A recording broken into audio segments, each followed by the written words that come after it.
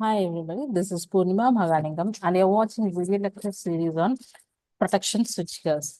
Last class we have discussed about induction type relay, and that we have discussed about based on the structure, based on the phase difference, we have three types of relay. So today we are going to discuss this type of relays, these three types of relay. Come, let's go into the video. So shaded pole relay. First, what shaded pole relay? It consists of a pivot aluminum disc. It consists of a pivot aluminum disc free to rotate in the in gap of electromagnetic. One half each pole of the magnet is surrounded by the copper band is known as shading ring. It is a copper band is a shading ring. When it get copper coil get energized, what happens? It gets stripped to connected with this. Okay. So the alternating flux is the shaded portions of the poles will owing to the reactor reaction of a current induced in the ring lags behind the flux in the U-shaped portions by an angle alpha. These two AC fluxes differentiate in phase, which produce the necessary torque to rotate in the disk. The torque is directly proportional to flux in shaded pole and flux in unshaded pole with respect to alpha. So finally is directly proportional to the current. So then torque is directly proportional to I square sin x. Okay. Now next type is wattmeter. So watt-hour meter are double winding structure. It consists of pivot aluminum disc arranged to rotate freely between the poles of an electromagnet. The upper electromagnetic carries two windings and the primary and secondary windings.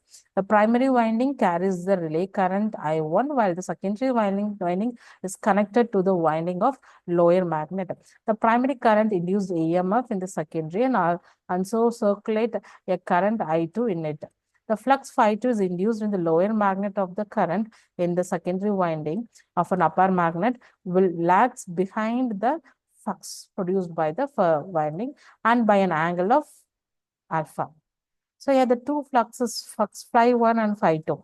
The two fluxes phi1 and phi2 differentiate in phase by alpha, which produce a driving torque on a disk proportional to the flux produced with respect to sine theta. So we can see this. It can be operated by controlling opening and closing of a secondary winding circuit. When the secondary winding is, so this is the primary side, this is the secondary side. When the primary side is energized, what happens with the magnetic flux? The secondary side is also gets energized. If this coil is energized, what happens? The magnetic flux is produced. Because of the force of this magnetic flux, what happens? This disc started rotating. When it starts rotating, what happens? This is attached with this get closes and attached with the trip circuit, and this trip circuit finally goes to the gives signals to the circuit breaker. Okay. Next is induction cup type relay. So what is the induction cup type relay? Cup type structure is it is most closely resemble an induction motor. Except that the rotor iron is stationary and only the rotor conductor portions being free to rotate. The moving element is a hollow cylindrical rotor which turns on an axis. The rotating field is produced by two pair of coils wounded on four-pole shows. The rotating field induced current in a cup to provide the necessary driving torque.